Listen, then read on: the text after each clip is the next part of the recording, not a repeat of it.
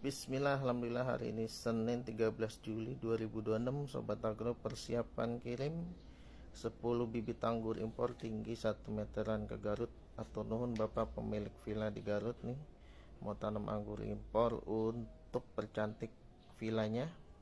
Ini Sobat Agro kirim 5 jenis masing-masing 2 pohon.